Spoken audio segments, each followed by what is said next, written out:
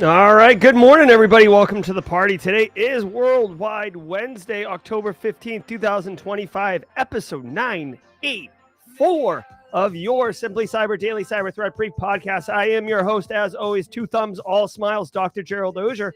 And over the next 45 minutes or so, me, you, Mara, Levy, Marcus, Kyler, AdTech, Carrie, Dennis Keefe, Steve Young, and so many other members of the Simply Cyber community are going to join you as we shred the top cybersecurity news stories of the day. If you are looking to figure out how you can stay current on the cyber industry, how you can get community and engagement, how you can figure out what's important and what's not, how you can level up and be the CEO of you and just absolutely destroy a cybersecurity career in the best way possible, well, settle in, my friend, because that's exactly what we're doing here on the Daily Cyber Threat Brief. Let's go.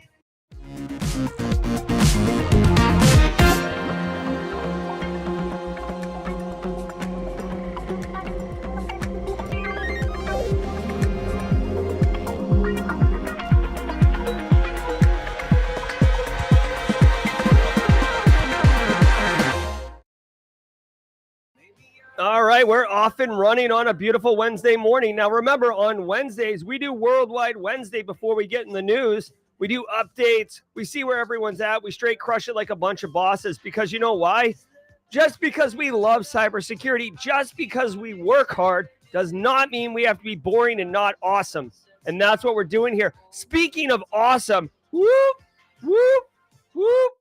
Alert, alert, danger, Will Robinson. We have a massive alert here in the Simply Cyber community. Check this out. Get your face on this. Our very own Kathy Chambers making a massive announcement on LinkedIn yesterday. Founder Kathy Chambers launching Kathy Chambers Media, all about producing with purpose, creating content that connects, inspires, and makes impact. Kathy, may I be the one who does this? Woo! I love it. I love it. I love it. And if you like yourself some Kathy Chambers, if you think she's got what it takes to make it work, I also think so, as Simply Cyber will be a client of Kathy Chambers Media. Believe that, as we launch into 2026. Congratulations, Kathy. Super pumped for you.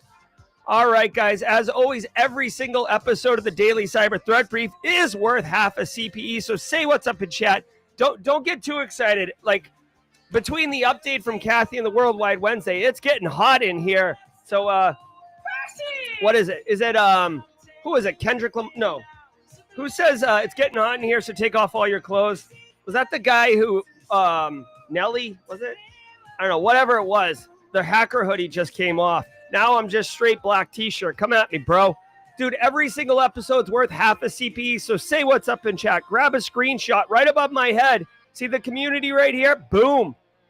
Half a CPE. So once a year, you count up those screenshots, divide by 2, and that's how many CPEs you got. Robert Hendrickson telling people at the interview about the show. For those who interviewed Robert Hendrickson yesterday, welcome to the party, pal. All right, so we got your CPEs covered. Listen, if today's your first episode of Simply Cyber's Daily Cyber Threat Brief, the award-winning podcast, 984 episodes, episode 1000 on November 6th. If this is your first episode, it's never too late. Get in here. Super excited for you. Drop a hashtag first-timer in chat. If you drop a hashtag first-timer in chat, if you are truly a first-timer, we will celebrate you. We've got emotes, sound effects. We got all the action. So don't be shy. Let us know. We are friends in here. This community is built on inclusivity and support and empowerment. Now, before we get into it, I do got to say, speaking of support,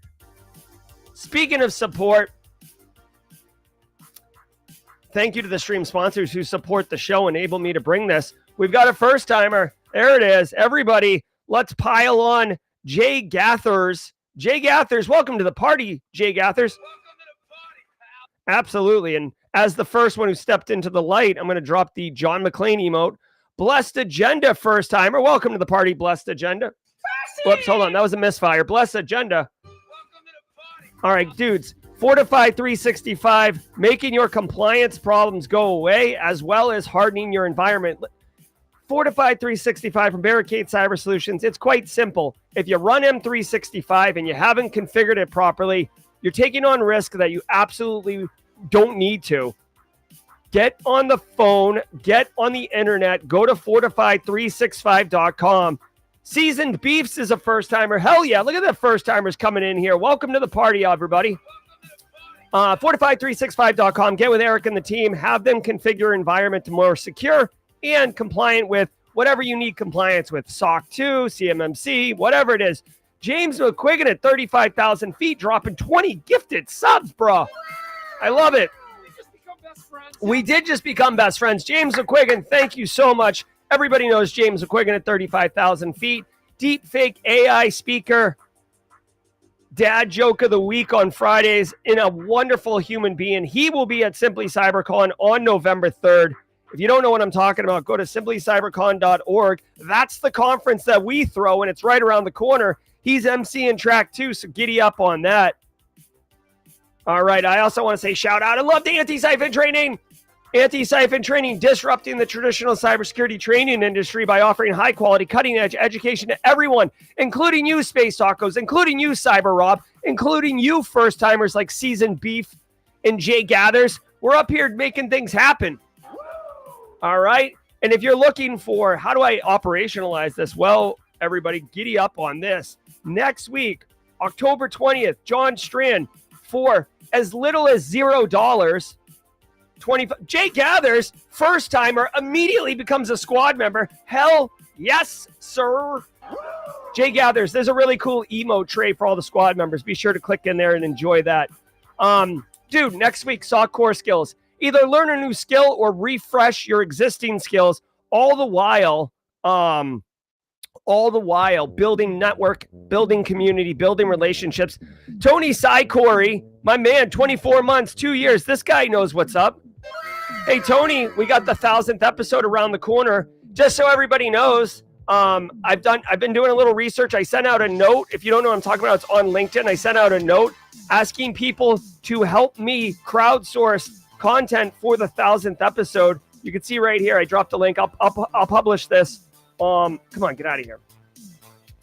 I'll publish this. I have a Google form basically asking you to grab clips if you have them. People are asking about the Crank episode. I can tell you I can't find it, but the Crank episode is definitely somewhere around March 21st, 22nd, 23rd of 2023. So if you'd like to participate, we're going to collect all these and make a montage. It's going to be all about good times. You know what else is all about good times? Flare Academy. Flare Academy bringing just talks and webinars to people every single month, 2-hour deep dives. And after the webinar, you can actually speak to the speaker just like it's a real conference talk where you go up and speak to the person afterwards. If you want to, dude, listen, if you want to get the future of cybercrime and figure it out, right, dude, we got the end of the year coming up. People are going to be like, hey, what's your prediction for 2026? If you would like to be more informed on what that prediction could be, if you'd like to have a spicy hot take, may I introduce you to this talk obscure? Go to simplycyber.io/flare and you will be taken to this. It's free. Giddy up on it. AA Witherspoon's in the house. Thank you, Flare. As always, we're going to hear from Threat Locker. But first, Worldwide Wednesday. Now, you might be like, what's Worldwide Wednesday? Why is this guy on drugs? No, I'm just high on life, baby, and I love cybersecurity. Giddy up on that. Now, for you first-timers, Jay Gathers, Seasoned Beefs, holy crap, James McQuiggan disrupting the apple cart. Greetings from Central Florida as I'm delivering virtual presentations this week before heading out for another 3-week run of networking, MCing at Simply CyberCon. We just become best friends. Yep. And congrats, Kathy Chambers, for your new media company. Yes, sir. Yes, sir. Dude, I'm feeling it. I am absolutely feeling it. Giddy up on this party. All right, guys, check it out. You first-timers, Seasoned Beef, Jay Gathers, everyone that's here for the first time, everyone that's here for a long time, everyone here for a good time. This is Worldwide Wednesday. Once a week, we do this every single day. The show has a special segment, and Wednesdays is Worldwide Wednesday, where what we do is we show to you how unbelievably diverse, inclusive, and just absolutely sick this community is. We're going to show you in 2 minutes how international this is. It's 8 a.m. Eastern time on the East Coast where I currently am, but we got people up early on the West Coast. We got people up late in Australia. We got Triple D is driving right now, so we'll just assume Philippines, but believe me, you're going to love this. So set the clock to 2 minutes, 22 seconds. Mods, get ready. I do want to say shout out to Marcus Kyler, who brings the map to us. Marcus Kyler, Interactive World Map. Get ready. Here we go. Setting the timer to 2 minutes. Here we go. Bring the heat, everybody. Where are you? Let's go. Carrie is in Texas. We got America Online. Boom, baby, boom. Columbia, South Carolina. My man in the Midlands. All right. Sierra Montgomery getting up early in Cali. Left coast. I see you. Let's go. Let's go. Mechanicsburg, PA. I see you. Hello, Florida. Niagara, Rich 464 bringing on the Maple Leafs. I love it. Pensacola, New Orleans. Andres Molina getting South America online. Let's go. Indiana's in here. Dragos, my man, activating Europe. Where's my Romania? There it is. Damn, that's good. Augusta from New York's in the house. America, Dirty Jers. Canada's in the house. Space Tacos, as always. Kyle Borton, Memphis. I love it. Indiana, West Virginia, Austin, Texas, Virginia, Cyber Risk Witch. I see you. OK City, Cobra Crown. Louisville, Kentucky. We got the UK from Haircut Fish. Let me know. UK is online. Let's go. Team SC from Germany. Europe is up bright and early. Where's my Africa people? Come on. Finland's in the house. Scandinavia. I love it. There it is. Nigeria's in the hizzy. All right. Come on, Fred on in Ghana. We need you. Bangladesh, Asia in the house. We're already there, guys. All we need is Australia, and then we're going to be just flexing on people. Puerto Rico's in the house. Chi-Town, Hotlanta, down in the dungeon, Tanzania. We got more Africa action. Come on now. London, UAE was here. We got some Middle East action. Ding, ding, ding. Ding, ding, dong. Ding, ding, ding, dong. Europe is afternoon. That's okay. Warren, Michigan. Aurora, Colorado. I've been there. I used to work down at USAP. Hotlanta, that's right. Come on, Philly. I see you, Philly, Philly, Philly. Where's Australia? Rich 464. Do you know where the Australians are? Funky Monk, Richard Duff, Chris Rock, Norway, printer device. Yes, sir. Scandinavia, you guys are coming correct this morning. Come on, what do we got? 9 seconds. Australia, wake up, baby. Wake up. Ah. All right. We'll give it a few seconds to catch up here. Mexico's in the house. Look at this. All right, so I'm going to slow play this across the planet here and see if we can get to Australia at some point. North America's in the house. Andre's bringing South America online. As always, I enjoy it. Europe, you guys are up and bumping this morning. Africa's in the house. Middle East, UAE. Bangladesh, squeak it in for all of Asia. Triple D, we're going to say you're in the Philippines driving as a long timer. Ireland's in the house. And then womp, womp, womp. All right, guys. We did all right. But Australia kind of, we can't blame them. It's the middle of the night there. All right, that's what we do, guys. Worldwide Wednesday, you first-timers, I hope you enjoyed the crap out of that. But you know what you're going to enjoy even more? Getting ready for the cool sounds of the hot news. As it washes over you in an awesome way. Oh, hold on 1 second. Friggin', what is going on? Give me a second. CISO series wasn't set up this morning. All right, hold on 1 second. Talk amongst yourselves. I'll give you a topic. Dr. Pepper. Not a doctor. Not a pepper. Discuss. All right, that's good enough for now. Let's cook. From the CISO series, it's cybersecurity headlines. These are the cybersecurity headlines for Wednesday, October 15th, 2025. I am Sarah Lane. Legacy Windows protocols still expose theft. A re-security study warns that legacy Windows protocols, LLMNR, and NetBIOS named service still expose networks to credential theft, even without software exploits. Attackers on that same local network can then capture usernames and password hashes using tools like Responder. Once obtained, credentials can be cracked or reused in relay attacks to access corporate systems and escalate privileges. Researchers encourage disabling LLMNR and NBTNS, block UDP port 5355, enforce SMB signing, and use Kerberos authentication. Kerberos authentication. So check this out. This shouldn't come as a surprise to anyone. Now, I am not a pen tester at all, okay? But I can tell you LLMNR is like a favorite if you can find it. Disabling it is the best practice if you can, right? There is reasons sometimes legacy applications, brittle applications that were built. It's not, you can't always immediately dunk on companies that have this, but for the most part, you do want to dunk on them. If you are a pen tester in chat right now, Deb and Grady perhaps, and want to talk about LLMNR and how easy it is, that's a fine thing. Here's the deal. It almost blows my mind, okay, that you don't even need to be, you don't even need to exploit it. Like, this is like going back in yesteryear where you could just grab wireless data traffic out of unencrypted wireless networks. That used to be a thing. Like, you kids, you Gen Zs and Gen Alphas, you have no idea. We used to ride dirty on the wireless networks, right? Even WEP was kind of like crackable easy. So anyways, if you are running LLMNR, you might want to double check that, right? Talk to your IT people, your Windows administrators, your Active Directory admin, whatever, domain admin. See if you can disable it along with the NetBIOS service. They gave you all these things. Honestly, I'm not. It's interesting because it's new research release, but like, I don't know. I feel like pen testers have been exploiting this for years. One thing that I do find interesting is Responder.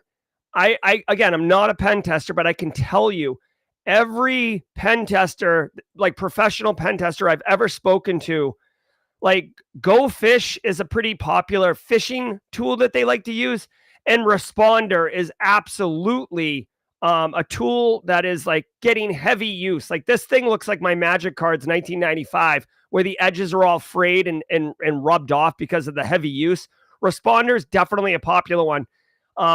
In fact, I would even argue that if you're going for a pen testing job or something like that, being familiar with Responder would definitely benefit you, as it's quite a popular tool. As they say in the story, here's the thing, if a threat actor, just because you're running LLMNR doesn't mean you're exploited, right? The attacker still has to be on your network in order to get the traffic, right? So there is a certain level of exploitation that needs to occur before this weakness can be chained together. But of course, once it's chained, once they're inside the house and then they're grabbing credentials from this network traffic, it's game over, right? Because, I mean, there's tools like Bloodhound where you can just dump all the creds that have been, not dump the creds. You can dump creds, but Mimikatz can dump creds. Bloodhound, I'm pretty sure, can dump creds, but Bloodhound will also show you direct path to get to domain admin and the AD and stuff like that, and the credentials you would need to use. So there's some very powerful tools out there. If a threat actor gets in your environment, you've got really big problems. So it's not necessarily enough to just harden the outside. You should try to harden the inside, but make sure that you're also putting in detections. As I've mentioned in the past, it's not just about protection. It's not just about security. It's about resiliency and your ability to detect and respond quickly without the threat actor living in your environment. If you're interested in this, let's see where this research is. Here it is. They do say it's recommended that you start using Kerberos for authentication. Guys, if you went to Wild West Hack and Fest, if you've been around for a minute, Tim Medine, Kerberosing, like, this guy is kind of a legend because he invented this technique called Kerberosing. You got this Chuck Norris thing. I do like that, Tim Medine. Tim Medine is the CEO over at Red Siege, and he invented a technique called Kerberosing. Here he is right here, where he can basically attack that as well. So remember, there's no silver cybersecurity. There's just additional friction and additional defenses we can put in place to both stop a threat actor and detect them as soon as possible before getting up on it. So here's the report right here. It's probably worth digging into. I'm just going to look really quickly. Yeah. So you can see here, these are great blog posts. When you do security research, having like the sauce, if you will, is where it's at. You can see here, this graphic right here is actually showing you the network traffic between the different, I guess, endpoints inside the system, right? They have the DNS server, the victim, the legitimate host, the attacker. So this is a nice little academic piece. So here, research, and I'll link it in chat. There you go. Oh, I forgot to do the threat locker ad. I'll do it after the next story. Fortra admits exploitation of Go Anywhere defect. Fortra confirmed that a critical vulnerability in its Go Anywhere MFT file transfer software has been actively exploited. This is weeks after researchers and CISA independently verified attacks. Researchers from Watchtower, Rapid7, and VulnCheck say that the exploit's success raises questions about how attackers accessed a private key believed to be held only by Fortra. CISA says the flaw has been used in ransomware campaigns. Linked to Microsoft Track Group, Storm 1175. Taiwan. All right, so this is... Okay, so check it out. At its surface, there was a vulnerability. Let me fix the ticker. Bruh. Okay. Do you guys like this thing above my head? It's a little bit of extra work to do.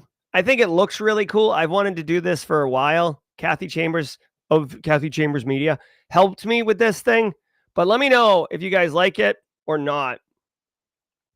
So this Go Anywhere file transfer solution had a max severity vulnerability. Threat actors love themselves some file transfer vulnerabilities nowadays. Clop ransomware famously exploited the crap out of MoveIt. Also of Clio file transfer solution, not to be confused with Madam Clio.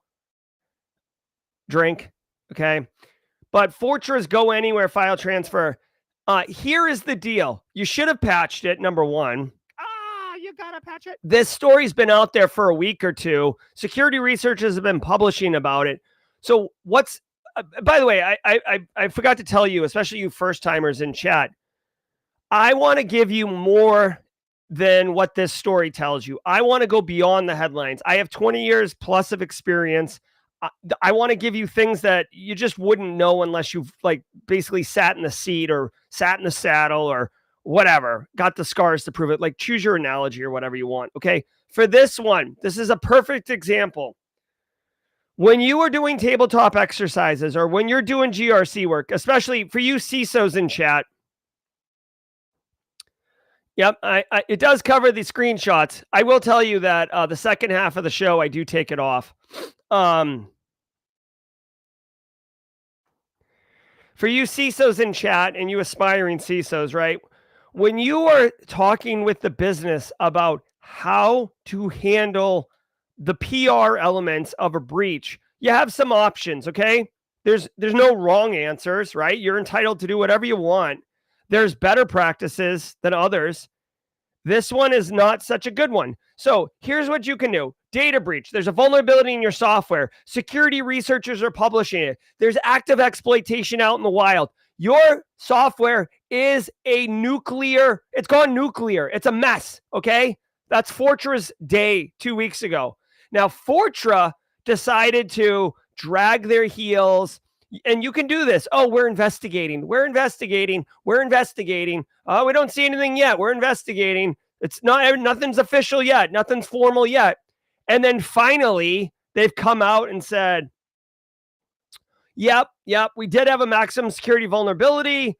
We would like you to, here's the patch and all this. 3 weeks after it was publicly addressed, okay? So basically what this does is it's just not a good look, right? I'm sure from the business perspective, Fortra's thinking, oh, like if we can slow play this thing, it'll be better in the long run. We won't have it. Like we'll will miss the 24-hour news cycle, if you will. Now, this has consequences because people who are using the software may not hear. People who are using the software might say, oh, well, the vendor didn't say it, so it's okay, which it leaves them exposed and potentially get exploited.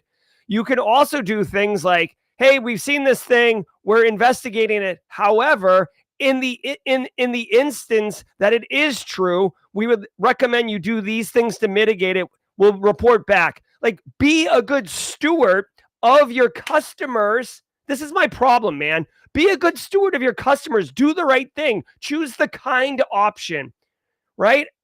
Like, I feel like you're going to get more customers, more long-term support, more engagement if you do the right thing. Also, fun fact, Oracle did this recently, the same thing. If you think I'm like cherry picking this one, I'm not. Look at this. Oracle, and this isn't the Oracle e-business suite thing. Oracle breach, delayed, finally admitted, right? Here it is, April 3rd. So just a couple months ago. Look at this one. I'm not making this crap up. Oracle quietly admits data days after lawsuit accused of a cover-up. So I'm not, again, this isn't a show, full disclaimer, do your own advice or do your own research or whatever. But here's another example where the company basically tried to wiggle left, right, and center in order to kind of delay or possibly not have to admit this issue. Now, this is a software vulnerability, and this was a data breach, so they're not exactly apples and apples, but they're pretty close as far as how to handle it. One other one to give you more of a corpus of data. I am a PhD, so I do like doing nerdy academic stuff. Check this one out. You want to see probably the most highest example of what not to do ever? What's that friggin' DNA company that got breached recently through credential stuffing? It's oh my god, DNA company. You get to watch me thumb through this credential stuffing. I think it's something like 123 or something. Oh my god, what was that friggin' company? 23andMe. That's right, 23andMe. Hold on, check this out. This has got to be the dumbest thing I've ever seen in my life. As far as how to handle this from a business perspective. Oh my god. Here we go. 23andMe gets breached. Blames victims.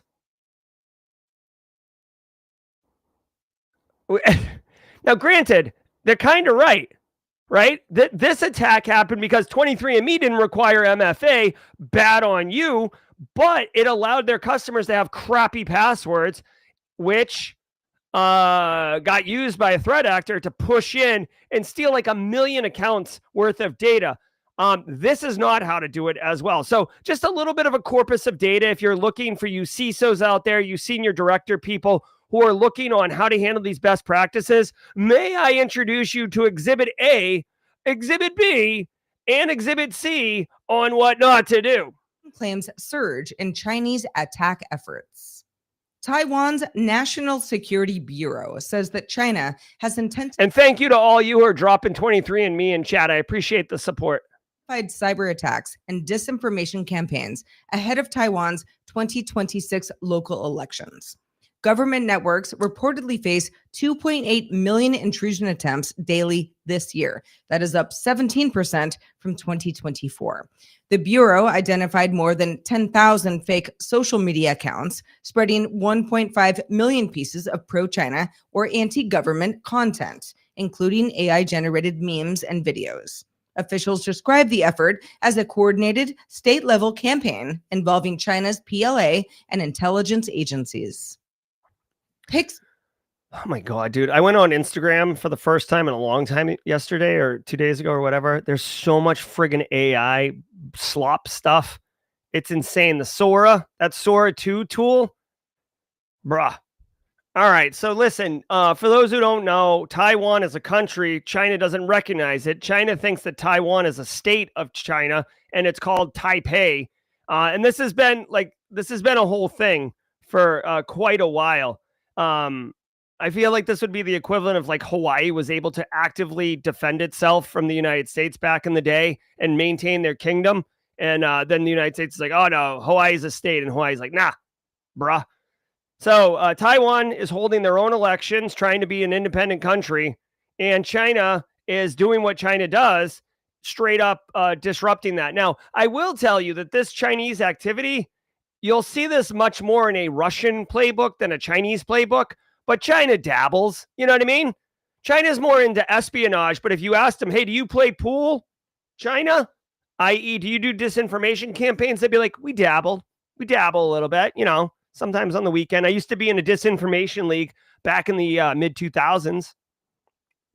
So I'm joking, right? Obviously, I'm being playful with these analogies. You know, I guess the story here is, you know, I feel like this is more macro level international geopolitical politics and news for us as practitioners. This is much less us having to do something at work today, and just be mindful. Okay. Disinformation, super easy in 2025. We've got AI generated crap. We have deep fakes. We have, you know, there's denial of service. If you want to go that route, you can question, you can bring into question the legitimacy of elections. There's influence all over the place. To be honest with you, I'm really, really stunned. I would love to talk to somebody who's well informed on this. I'm stunned that Taiwan has been able to defend themselves as well as they have. I don't know if they have like Five Eyes support or something like that, and that's why they're able to defend, but they're like a tiny country, and China's gigantic, and China's like right there, like the shadow of China, like cast over Taiwan. So it's interesting. We see this in every country though. Was it, what country was it just recently? Was it Romania? Dragos is in Romania. I think it's election issues 2025 in Romania.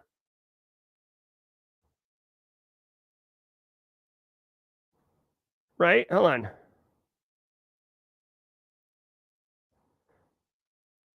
Yeah, like again, I don't know all the details, but like the fact China's doing this to Taiwan is not new. It is part of the playbook. It's part of the standard toolbox that any first world power gets issued when they become a first world power. Okay, Romania's elections messed with. I think Belarus also election tampering.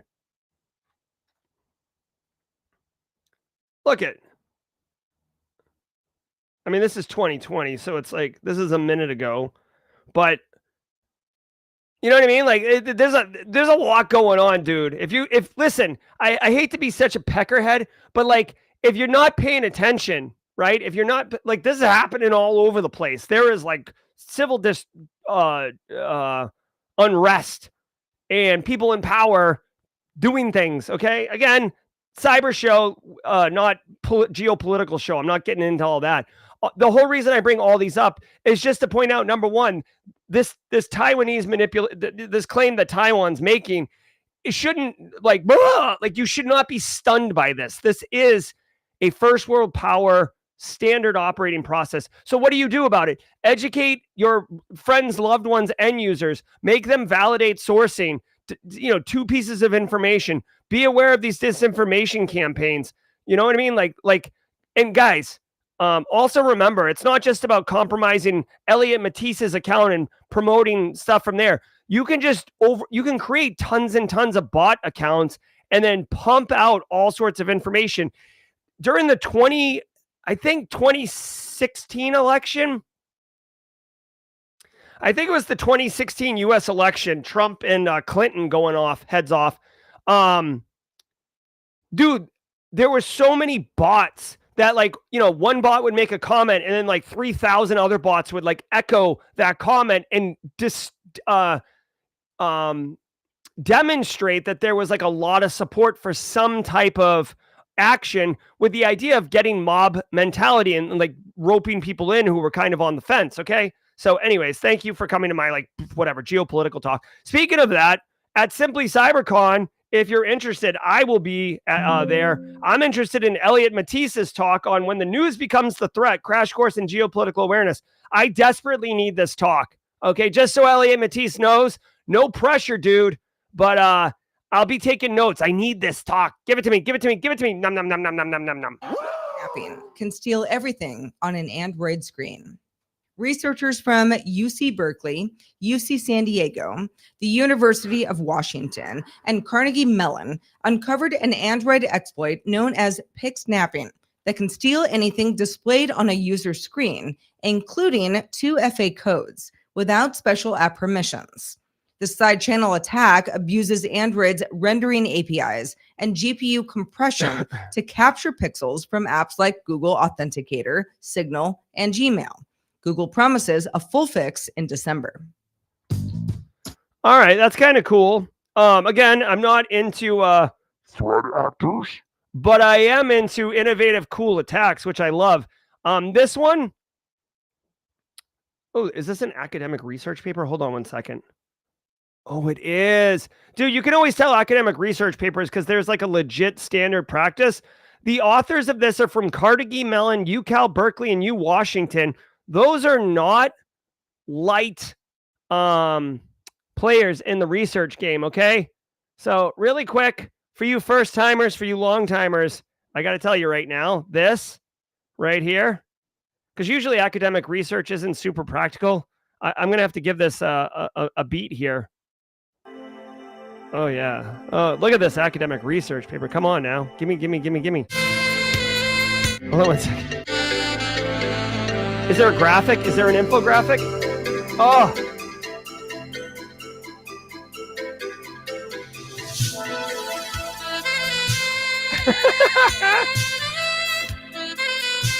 All right, so we're just having some fun with it, okay? Don't be cray. All right, so here's the deal. Basically, this piece of malware utilizes the rendering engine, and when things are displayed on the screen, it takes a picture and sends it to the threat actor. Why is that useful? Well, guess what? They're not interested in your, selfies from the conference. They're interested in the 2FA code that popped up. They're interested in the sensitive emails. They're interested in your password vault on screen and stuff like that. So very interesting attack technique. Obviously, you, do I have the obviously? You are so dumb. You are No. dumb. For real. Hold on. I think that Anton's going to stay on the screen. Hold on one second. You are so dumb. You are really dumb. For real. I need the obviously one there.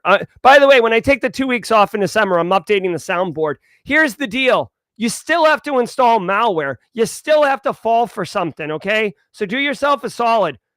This research is great because it's pointing out what can be done once the app gets installed. It is important to note that the app doesn't need to abuse permissions to perform the attack. It's using existing Android APIs. So it's not going to look weird, right? It's using like living off the land type things.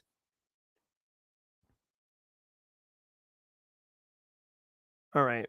I'm looking at this, right? Nice. I mean, this is really, really clever. It's not just taking, it's interesting because it's not really taking a screenshot of your page. It's actually looking at what pixels are and where there are. It's essentially like a screenshot, but it's looking at where the pixels are on the screen. Definitely 4D chess type moves. Nice job, academic researchers. On behalf of all the PhDs in the nerdery here, well done. All right, hey, really quick, let's hear from ThreatLocker, and then we're going to do the mid-roll. Yes, sir. I want to give some love to the Daily Cyber Threat Brief sponsor, ThreatLocker. Do zero-day exploits and supply chain attacks keep you up at night? Well, worry no more. You can harden your security with ThreatLocker. Worldwide, companies like JetBlue trust ThreatLocker to secure their data and keep their business operations flying high. ThreatLocker takes a deny-by-default approach to cybersecurity and provides a full audit of every action allowed or blocked for risk management and compliance. Onboarding and operation is fully supported by their US-based Cyber Hero support team. Get a free 30-day trial and learn more about how ThreatLocker can help prevent ransomware and ensure compliance. Visit threatlocker.com/dailycyber.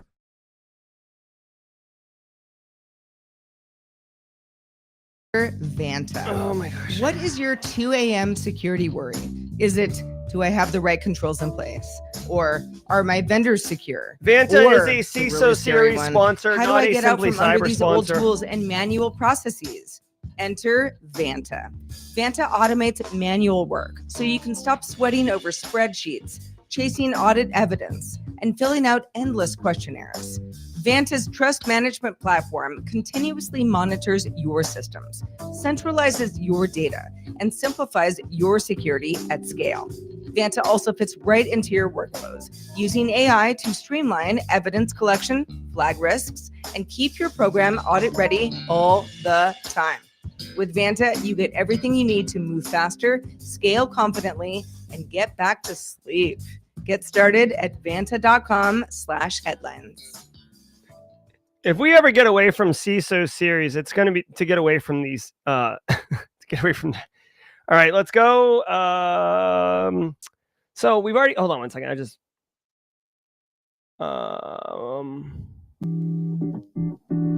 little lo-fi. You first timers will never know how we had it before with the Simple Minds. All right, really quickly, guys, I do want to say shout out and thank you all to the stream sponsors, Barricade, Anti-Siphon, Flare, and Threat Locker. Hey, Shizzle my Niz, welcome to the party, pal. The squad member party. I love it, I love it, I love it. I hope everyone's having a good show. Let me do this really quickly. I'm going to do my squad member milestone. 1,000 episodes around the corner. Love this community. Let's go. 32 months for me. There's people who have been here a squad member longer than I have. So funny. All right, guys. Thank you all so very much. Remember, we went around the world as early on, so we don't have a mid-roll activity. It's just back to the news. Let's keep cooking.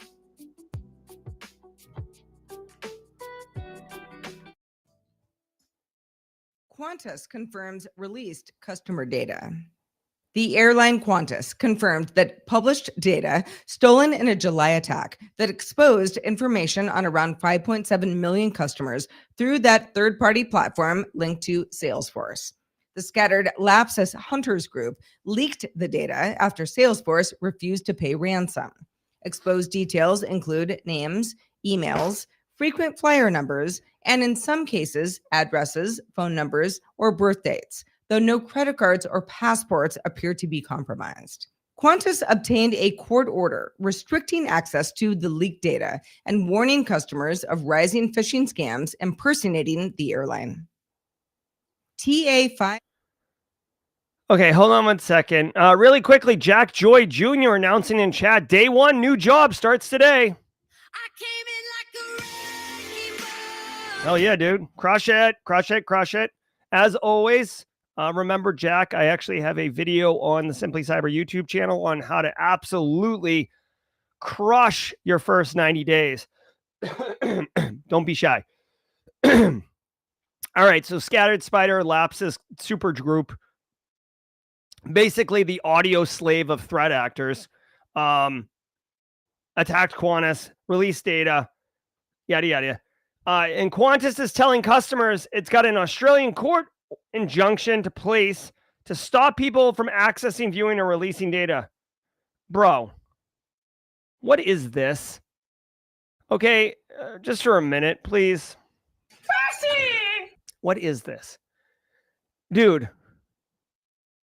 So Qantas, the airline, got breached. The data's out there. And a court said, nobody in the country is allowed to access this data. With all due respect, my friends, in the Australian court system, the criminals are the ones with the data, right?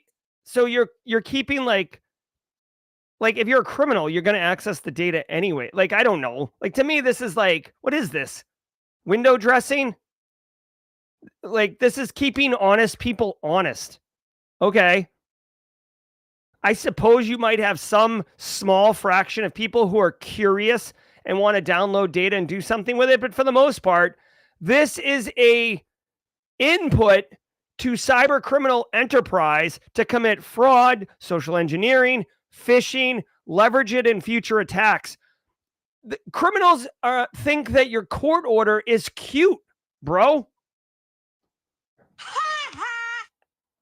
You know what I mean? Like, exact audio slave, half a drink, space tacos. Well, I can go Velvet Revolver if you want to go back into yesteryear and get more into the earlier super groups.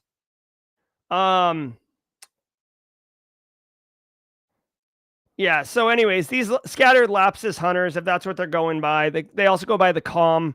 They are a tour de force. It's scary. We saw this last week at Wild West Hack and Fest. There's definitely an amalgamation of threat actors binding together to form like supervillain groups, kind of like you saw in Justice League versus, the Evil Six or whatever they were, or the Sinister Seven.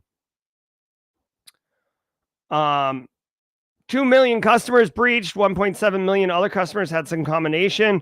It's your DOB, your address, your phone number, and your genders. I mean, this is pretty, honestly, in 2025, I feel like this is kind of benign, right? Like all this information out there. I think Velvet Revolver was before Audio Slave. Hold on. Can we get a fact check on this one? Audio Slave 2000. Dude, Audio Slave formed in 2001. Shut up. Are you serious? Damn, I'm old, bro. Velvet Revolver 2002. Kia Ora. Circle gets the square, brews and hacks. All right, so TLDR, Qantas got hacked. If you fly Qantas, for you Australians who wake up and watch the show later, because remember, Australia didn't show up for the daily cyber threat brief. Not to call them out, but like, I'm looking at you, Australia. When you wake up, there'll be some identity theft protection in your inbox. 585 emerges with advanced attack infrastructure. Researchers from Proofpoint reported TA585, a cyber criminal group distributing Monster V2, a rat stealer loader that snatches credentials, crypto wallets, and browser data, and allows remote access, webcam capture, and payload delivery. TA585 uses phishing campaigns mimicking the IRS, the Small Business Administration, and GitHub, exploiting the click fix method via compromised sites with fake captchas. Asahi. All right. Wow. So there's a lot going on here. So threat actor group 585, whoever they are, Proofpoint found it. Proofpoint is an email security gateway solution, so you have to assume that the initial threat vector is email. And they're distributing a malware family that they're selling online. It's got a rat in it, an info stealer, a loader, which means it can load other modules that it can pull down.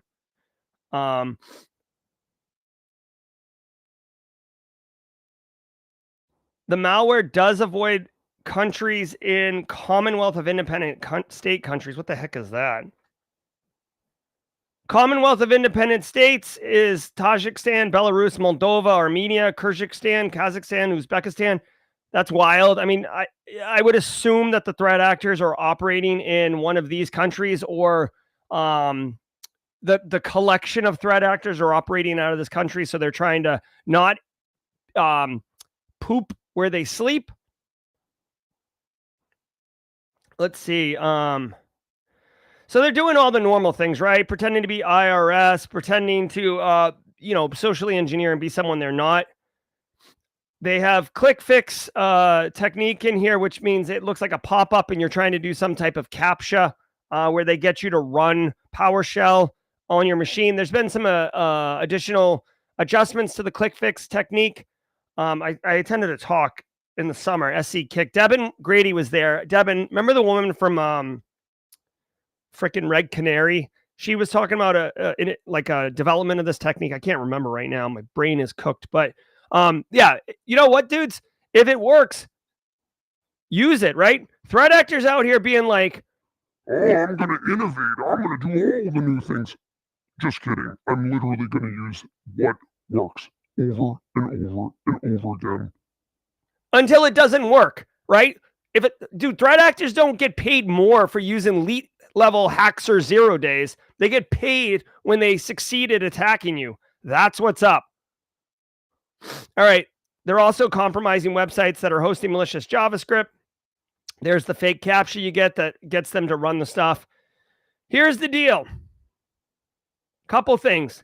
Number one, email security gateway. Make sure your email security gateway is blocking crap like this. Number two, educate your end users specifically around the click fix attack. The click fix attack is still so hot. That Hansel's so hot right now. Okay, so educate them. On Dorothea, you're not going to have to run Windows key R, Control C, Control V. You're not going to have to do that. You're not. If you see this screen, stop. Okay? Number three, EDR solutions. If your EDR solution's clever enough and you can see these, not necessarily the execution of the click fix, but the second stage payloads detonating on the box, that would be a problem. This Monster V2, I don't know if it's got behaviors that you can identify, but behavior-based anti-malware is good. Talk to your Wade Wellses of the world, detection engineers. Obviously, you can go threat hunting and look for this. Let me look at this really quickly. I want to see if I can find this. Really, oh my God, brah. Monster V2 IOC. All right, so New Jersey, Dirty Jersey's in the house. Oh, this is a nice little write-up. It actually shows you the attack technique. So this right here is the CAPTCHA. This is the click fix attack. And then you can see right here, you do Windows key R, and then you're pasting in the PowerShell command or the MSI exec command. So, I mean, you could actually use this in your education and awareness for educating your users, okay? I can't do it on stream right now because we're running out of time, but look for IOCs, right? Just because you stop it today doesn't mean you didn't get infected yesterday. Let's keep going. Breach continues. Personal data feared exposed. Japanese brewer Asahi confirmed that personal data may have been exposed in a September ransomware attack by the Qiling gang, which disrupted ordering, shipping, and call center systems. Around 27 gigabytes of files, including employee records and contracts, were allegedly stolen, with samples showing ID cards and other personal documents. The incident delayed shipments and forced manual order processing. Asahi also postponed its Q3 financial results. Okay. So, I mean, whether you like Asahi or you do not, I do not, for those who are in there. If you're a beer drinker, holla. Not a big fan.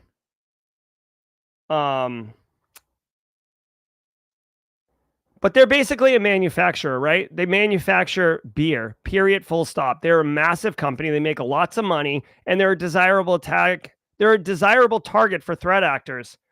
I do want to give a shout out to the Register, this news outlet. They're always throwing in like funny words. Slurped, mopping up, spill. They also said something about bubbling up in here. Yeah, the attack bubbled up, right? Ha ha, very funny. I like it. There we go. I don't know if G1Z Finest was doing this on purpose. Sapporo every once in a blue moon beer. TLDR, threat actors got it. Asahi's assessing damage, and they're going to move forward. It was an unauthorized file transfer, so the threat actors did get, it appears, access to internal creds, and did that. Guys, I don't care if it's your email gateway, your Citrix gateway, your friggin' file transfer solution, multi-factor authentication, all the things. Multi-factor may have been in place on this, and they still got through, but multi-factor authentication. Dude, raise the bar. Make it hard, right? If a company, hold on, Asahi beer manufacturer revenue. Let's go. Asahi Group Holding made $29 billion in 2024. You know what you can buy with $29 billion? You can buy yourself 2 multi-factor authentication solutions. So don't come at me with the budget, brah. Third update, 1.3 terabytes of data leaked. Harvard University has confirmed it was targeted by the Clop ransomware Oracle e-business suite campaign, with the group claiming to have leaked 1.3 terabytes of data. Oh, I'm Though doing Harvard says jawjacking. only an administrative unit appears to be affected. Attackers exploited a July-patched EBS flaw, stealing financial, HR, and operational data. Oracle issued an emergency patch to fix the vulnerability. If you All right. I forgot. It's like I'm out of my mind today. I don't know what is going on, but I'm doing jawjacking. I am Ron Burgundy. Okay, we covered this story yesterday. Harvard University got this hit. Oh, they're saying it was Clop ransomware.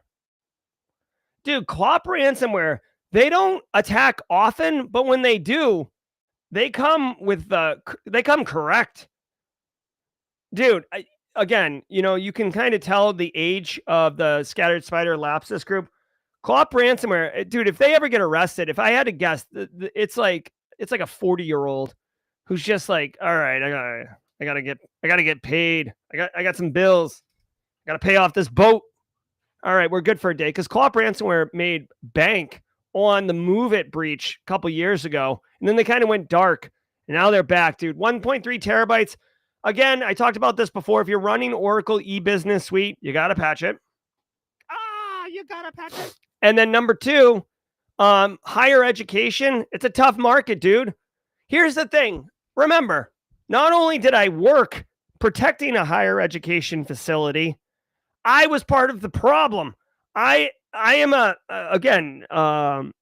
know that Mod Chat loves dunking on me, but like I was a researcher. I've written a dissertation. I've run around in academic circles. I've supported research. People in research, they love sharing. They love collaborating. Look back at this. Where is it? This academic paper right here that I like had a minute with the saxophone. UCal Berkeley, Carnegie Mellon, Washington, 3 different institutions partnering on this piece of research. Do you think that they were interested in having some cybersecurity person say, hey, you guys got to be careful how you're sharing data.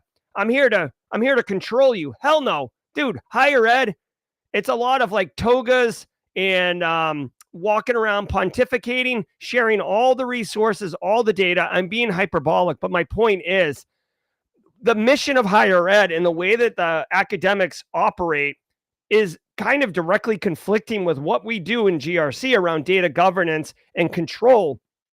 So I'm not surprised that Harvard University had an issue like this.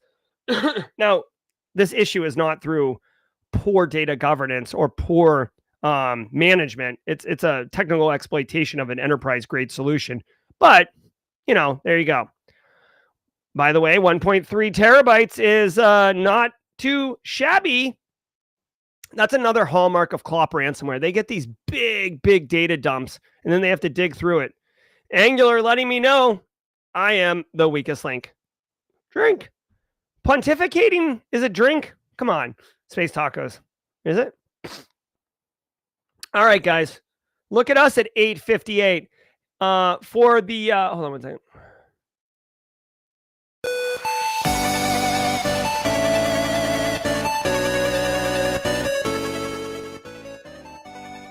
All right, for the seasoned beef, for the gathers, 1, for all the first timers, for all the long timers, for all the community members.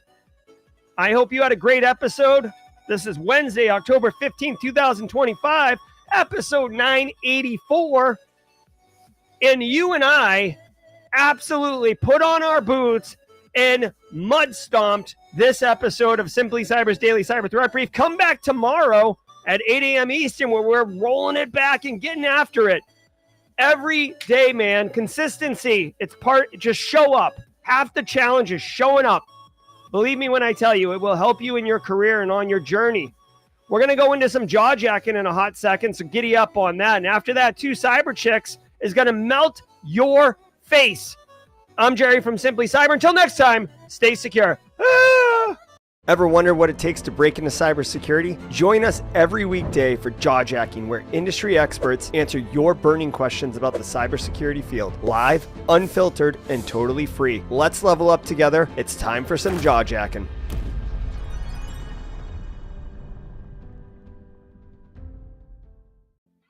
All right, what's cracking? My name's Jerry Guy. This is Jawjacking, a 30-minute AMA show where I will try to answer every single question you throw in chat. Put a Q in the front of it. If you're looking to get mentorship, if you're looking to get clarification on anything, if you want to know what an acronym means, if you want to know it's better to go this direction or that direction, if you want to know if something's possible, a tool, a technique, where to go, conferences, this is the show for you. I cannot do one-on-one mentoring. I just don't have time for that. But I can do mentoring at scale. Let's go. Let's go. Where you at, everybody? Shout out to Mara Levy. Got those stickers in, Mara. We are ready for Simply CyberCon. Holla. Holla. Dude, I got to tell you, I don't know what the show is going to bring. I don't know how I'm going to feel. I live in the moment. And today's Daily Cyber Threat Brief was a banger. I am feeling right. I've been like mentally not unhealthy, but I have been dealing with a lot, I guess, to put it plainly. And the things are starting to click. We've got I finalized with the Marriott. We got the seating plan. We got like an organizers meeting on Monday. The shirts are almost ready. Elliot Matisse, the lanyards came in. Everything's coming together, like gelling. All right, we're forming like Voltron right now. And I think that is why I feel this way, because the conference is coming together. It has been a load on me, no question. All right, let's go, let's go, let's go. I hope everyone's having a good time. For you first-timers in here, if you're still with us, how was your experience? How was your first time with the Simply Cyber community? Yell at us, let us know, because I want to know personally. Verklempt. G1Z finest. Verklempt. Oh. All right. Let's go. What is the coffee situation for Simply CyberCon? Great question, Cyber Risk Witch. Now, I'm not going to bemoan you, chat, with prices of stuff and everything like that. But I will tell you, we have opted for the premium package. We will have coffee available all day. So for those who are interested, I finalized the food and bev program yesterday. We're going to have coffee, decaffeinated, regular caffeinated. We're going to have tea. Did we just become best friends? Yep. And we're going to have a water station all day at Simply CyberCon. We're also serving pastries at breakfast, and we're doing a full lunch, like a bunch of bosses. I only realized, somebody came to me yesterday and was like, you realize this is like a grassroots conference. Like, nobody's expecting food. And I was like, get out of my way. I'm finalizing food and bev. Hey, super chat from James McQuiggan. What's everyone doing at 9 p.m. Eastern this evening? They're going to be watching Cybercast After Dark with the awesome Daniel Lowry and special guest James McQuiggan at 35,000 feet talking deepfakes. Heck yeah, man. I'm going to get a link to that right now. You better believe that. All right, so coffee situation is addressed. Here is James McQuiggan's super chat. Let me get the live. Where is the... Oh, there it is. Here we go. Check it out. This is it right here. The James McQuiggan, the Daniel Lowry talking deepfakes. I'm going to drop a link to this right now in chat. Daniel Lowry and James McQuiggan. Boom. I'm going to actually pin that. I recommend everybody give that a little sniff. All right, continuing to look at chat right now. Where we at? Current plan is to do unpaid SOC internship provided by my college, and then plan on looking at applying for other bigger. Oh my God, dude, whatever college you're going to, awesome. Back in my day, like you had to like hunt for an internship, and even then you weren't guaranteed one. My biggest advice to you, Cha Boy Louie, 100% the right thing to do.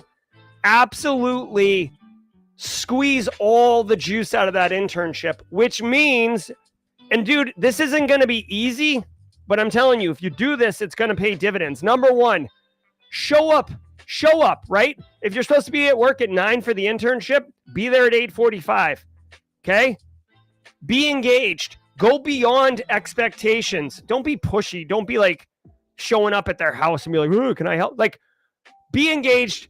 show interest, ask follow-up questions. If you're given some like tool or some research, hey, you know what you should do? You should read this news article, read this blog, read whatever. Read it, and then come back the next day and let them know you did. Show initiative, show proactivity, build relationships with the people that are working at that internship and the other peers who are your interns, because you don't know. Dude, you have no idea who is looking, who's watching, who you're engaging with, right? How you are is how you are. So if you're only turned on when you think like the big boss is looking, guess what? That's not going to work out for you. All right. Good luck and congratulations on that internship. All right. Continuing to look for cues in chat. Oh, by the way, James, quick, I want to share this with everybody. For those who know Luke J is a treasure. I was fading fast at at Wild West Hackin' Fest. Okay. Luke J saw me fading and he like elbows me and he's like, bruh, I got you. And Luke J handed me a Monster Energy drink, and I got my maiden voyage here. I had my first Monster Energy drink, the white one. So Luke J, thank you. And this picture I texted Daniel Lowry immediately.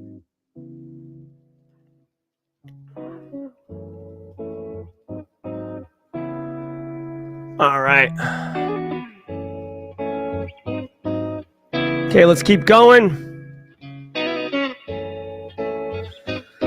All right. How are we doing in chat? 284 people in chat. All right. What is there a color issue? I could start a poll. What are we talking about here? Devin Grady's got to get to work.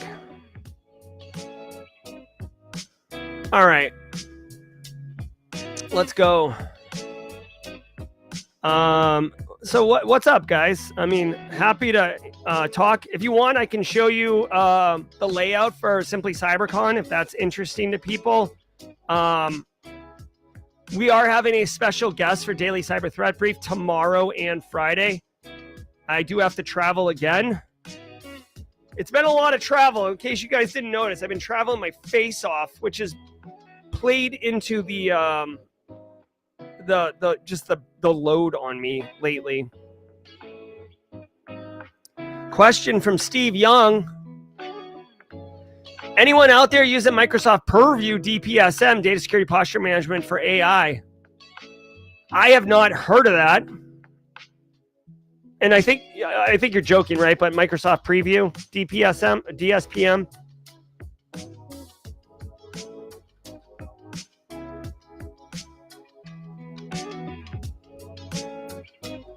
Here it is right here. Just looking.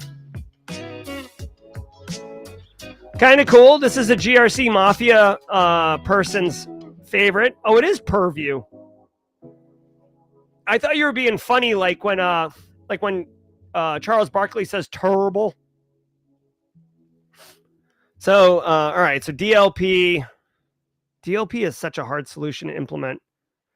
So you can opt into analytics, security copilot. I don't know about this one. This is not something you just turn on and like let it run. Obviously, you want to do a bake-off or not a bake-off, like a pilot of this one. If anyone in chat does have information on this, holler at us. Would love to know. All right. We just become best friends. Yep. Man, half amazing. Super chat. Thank you for the super chat. Can you update your top 5 books? Yeah. I mean, if you didn't know, and man, half amazing, let me know if you're referring to this and that it's a problem. If you go to simplycyber.io/books, this is my book list, right? I love The Coming Wave. Traces in the Dark is excellent. This Nicole Pelroth book is great. Phantom CISO is in here. One that is not listed here that I really do like is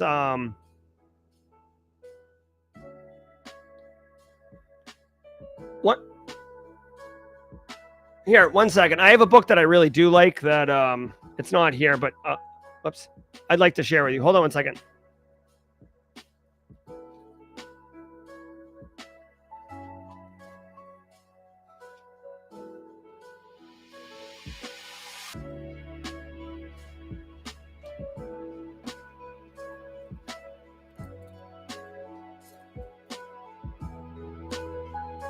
Okay, this book right here is pretty dope, okay? This was a recommendation from someone in the community. I think Christina Paulika recommended this one, but Show Your Work by Austin Kleon.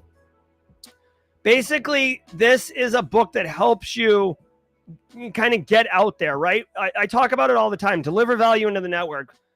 Share, contribute, right? Don't just take, share. This book shows you how to do it. Let me see if there is a... there, not like, you know what I mean? Like, you don't have to be a genius, okay? You don't have to invent the wheel here. Just share. This book is like a playbook on how to share information on social media and kind of contribute into a network, okay? It's really good. In fact, I'll actually, I'll do this.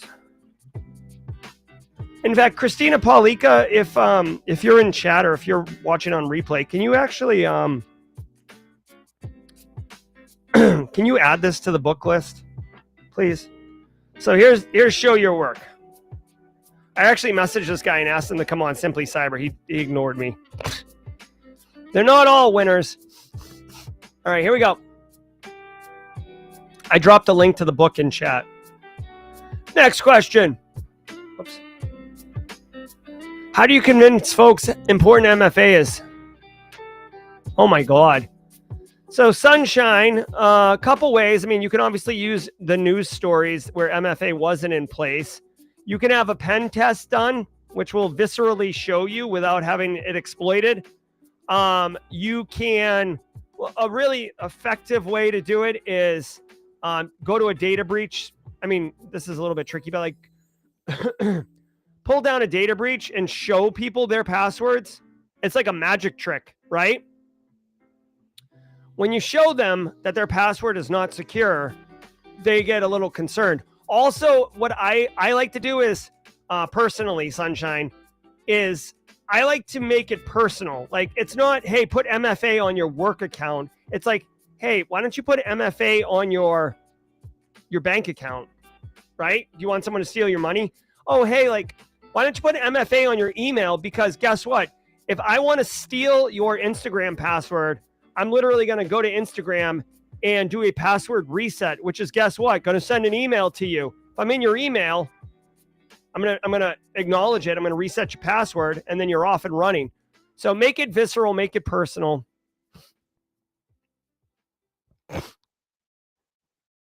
Oh man, half amazing. Are you going to be at Simply CyberCon, dude? Let me know. Michelle's joke book is good. Alicia Grimm, what got you interested in GRC? Well, okay, so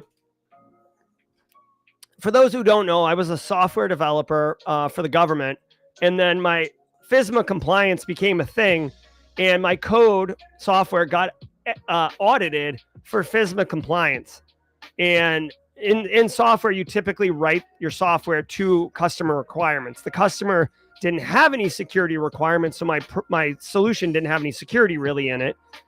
And I failed the audit, and I was super pissed, right? Because I take a lot of pride in my work and the quality of my work. So I studied the crap out of FISMA. I was going out of pure spite. I was going to prove these auditors wrong. And what I ended up doing was learning all about FISMA, NIST 853, NIST 837. And I was like, oh, you have my attention. So then that's where I got the initial bug for GRC. I also want to let you know, when I was younger, I was always into tech, always into computers. And I was like kind of interested in, it wasn't information security, but it was like that kind of culture, right? 1995 Hackers movie, the magazine 2600. I would go to the Barnes and Noble and read that. So I was always kind of interested in that. Once I found out about cybersecurity as a profession, I started studying it. Now, one thing you should know about me is I'm an absolute type A control freak. I love structure. I love organization. I love strategy. I love big picture stuff.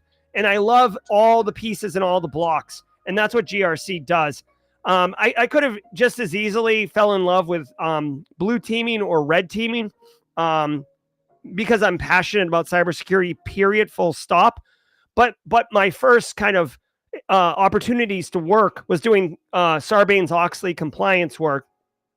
So I basically got my first paying job doing GRC work, and then I just, continued to crush that. And then I started becoming a GRC expert. And then at that point, once you get like mid-career, you have to niche down to a specific area. And since I was already on the GRC bandwagon and I love GRC, I went whole hog on it. So hopefully that answers your question. Zach says, would you consider DevSecOps more blue or red team?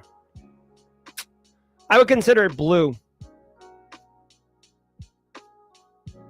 How do you handle the constant doubt that due diligence is insufficient? Yeah, so Worm, what you got to know is you just got to ride the lightning, man. That's the deal. We can't reduce all the risk. We are always exposed to some risk. So you do your best you can. So here's the thing. Do the best you can to give yourself the best chance of success, but also have detections in place. Also have response in place. Also have recovery in place. Just know that the job is cyber resiliency, not cyber security. Okay? And you just, put one foot in front of the other. You can't get hung up on, did I do enough? You'll never be able to prove a negative. Okay? Just accept that as fact, and then you'll be kind of at peace. Taekwon says, I'm realizing I not be cut out for cyber. How would one get around this feeling? I know Taekwon Gong, you've been grinding at it for a minute, dude. I don't know. It's self-doubt. It's your inner monologue pushing down on you, Don't sleep on like IT and stuff like that. You can pivot into cyber afterwards. You can just double down and work on cyber. There's a lot of opportunity. There's a lot of work. It's a lot of work, Sorry, Taekwon Gong. I think there's a place for everybody in cybersecurity. Well, as Simply Cyber have a course for CMMC, or just stay familiar with NIST 800. So I don't have a plan for CMMC right now, but what I would say is, so CMMC is tricky because they have like official training and all this other crap. What I could do is in 2026, I'm still trying to get my vulnerability management course out. In 2026, I could make a CMMC readiness course and basically show you how to prepare a business for readiness, i.e. I show you how to implement 800-171, which is what the CMMC controls are going to demand. I could walk through what all the controls are, how to test for them, how to implement them, and not call it CMMC training, just call it like CMMC readiness or 800-171 training. Poner Joe says the next Meta CTF competition is Thursday, October 30th. 2 weeks from today. If you didn't know, we run a CTF for the community every month. I give out cash prizes and a black badge. Connect with Poner Joe for more details. I am fading, dude. Again, I hate to say that because I know people DM me and they're like, dude, eat something. It's not a question of that. It's just, it's busy. I'm busy. I hate to sound like such a dork, but it's just, I don't have time. Eating breakfast. Ain't nobody got time for that. I don't have time. I know it's a terrible managing myself, but we'll be all right. Where are we? It's 9:18. We're still cooking. If you came late and you missed the update, hold on one second. What's this? Is this right? Kimberly, can I show this? Bruh. Oh, man. This is coming in right now. Oh, my God. Everybody, get ready for this hotness. Kimberly can fix it. Dropping a bomb. You are definitely glad that you stayed here. Check this out. If you're interested, so we didn't want to buy a bunch of shirts and sell them at the conference because I don't have a warehouse. I can't put 200 shirts on a thing. But if you want to get your Simply Cyber 2025 official con shirt, here you go. Thank you, Kimberly Can Fix It, for not only developing this, but making it available. This is sick, bro. I'm literally wearing the Simply CyberCon 2023 shirt right now. Every year, it's so hot. That Hansel's so hot right now. Yes, sir. Yes, sir. All right. So if you're into that, giddy up on it. All right. Let's keep cooking. Oh, I meant to tell you. Thank you, Kimberly, by the way.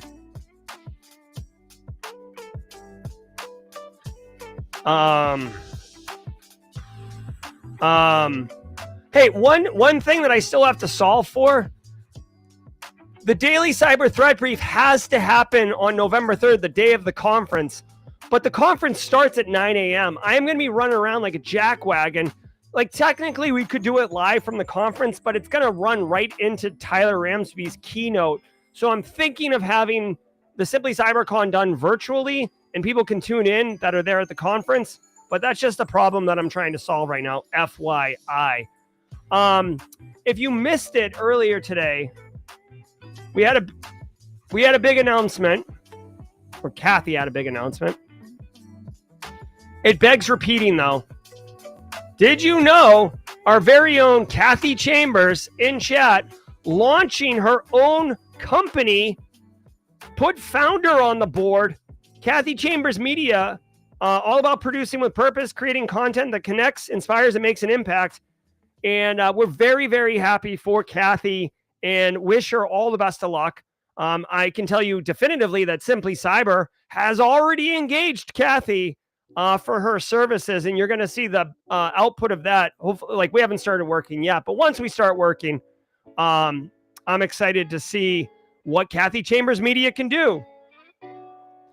All right. Zach says, I hear some people say GRC has less burnout than red or blue. Is that true? Probably, yeah. I would say blue probably has the most burnout. Red, I don't know about burnout. GRC, if I was going to rank it, I would say blue first, GRC second, and red third. We'll have to ask Tyler Ramsey what he thinks. Maybe me, Tyler, and Wade can get on a call or something and talk and like try to hash it out. S. Howd. If I've done IAM network security hardening for well over 6 years plus some GRC, would these cover the requirement? Yeah. Absolutely. Absolutely, that would cover the CISSP. Go get it.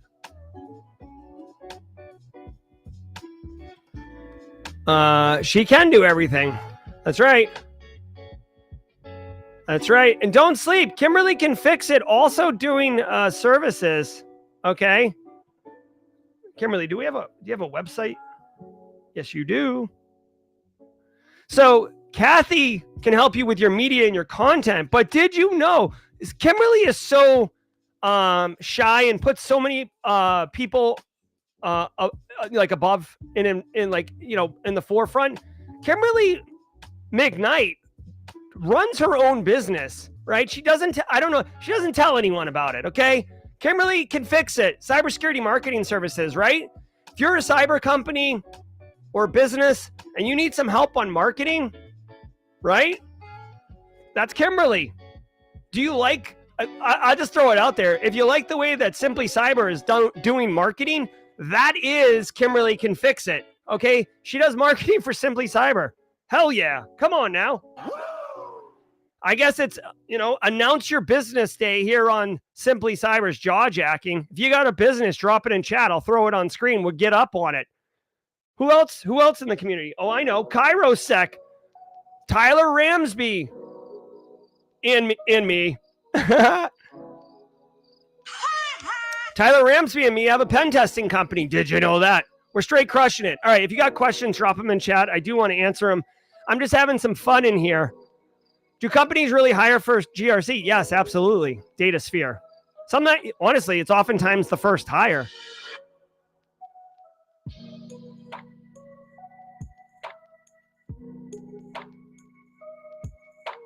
All right. Sib Leader says, any good office snacks? Not looking for sweets, really. Just stuff to keep away the headaches and not make me sleepy. Yeah, I mean, for me personally, I always like, hold on, cereal fruit bar things. Let's see if I can find it. Bruh. These things? All right, so this is my go-to. I've got two go-tos, okay? This is number one. I like these like fruit bar things. This is my jam. So I recommend this. Mrs. Auger buys them. I don't know where she gets them. Maybe Walmart. And then the other one I like is trail mix. And like you could choose your own adventure. I like to go for the ones that are a little bit more healthy since I don't work out as often as I do. So this one is the one I like to get. So there you go. Those are my options. If you have a thought on great office snacks, drop them in chat. We can have a little conversation around it. What's your favorite office snack? Let us know in chat. Will I ever make a course to prepare for the CISSP? Unlikely. Code Brew, any Caught in the Act season 2 rumblings? I have not heard back from MTV yet, so I don't know. And just again, fun to message. If you didn't know, I was in the first season of MTV's Caught in the Act. I was the cyber guy as part of the investigation team. So that was fun. Overlook, where do you see yourself in 5 years? Smiley face. Oh my gosh. Honestly, I'll still be here at Simply Cyber. I hope to have a team installed so I can do more strategy and, and help. Just chilling, living that cyber life, loving life. I don't have it on my vision board to 10x Simply Cyber and then sell to a VC firm. Okay.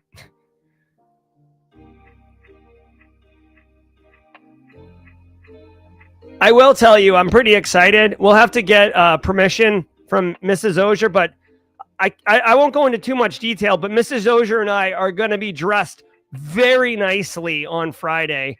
And if I can snap a pic that gets her approval, I will share it with the community. I'm very excited. Oh my gosh. Super biased. My wife is just the best.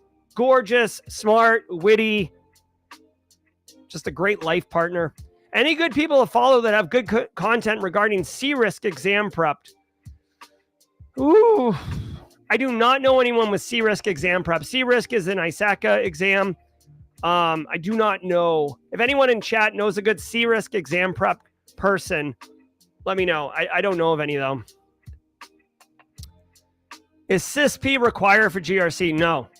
No, but it's not required. It's not required.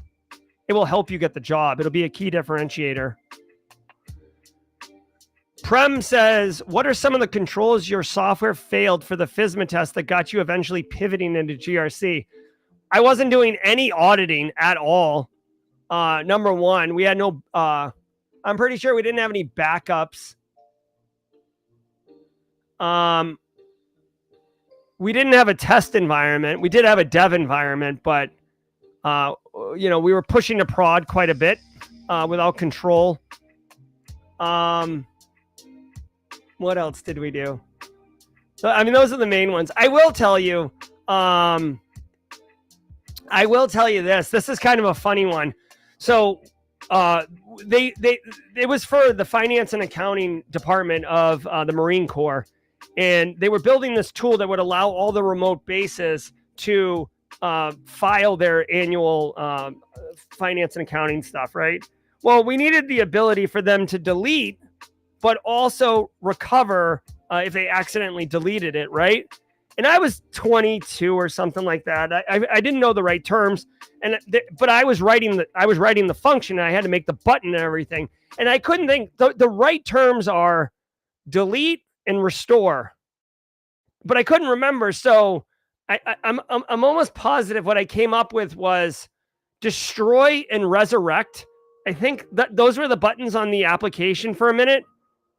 And my client came in. He's like, resurrect? He's like, what are you doing? And I'm like, yeah, you resurrect it. You bring it back to life. And he's like, I don't know. I don't know.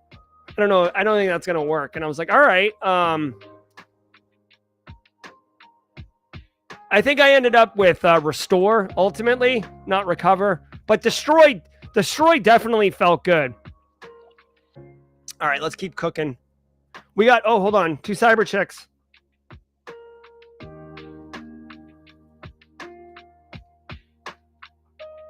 Two cyber chicks is premiering very soon. We're gonna go over there. I gotta go to the dentist and get my biannual cleaning.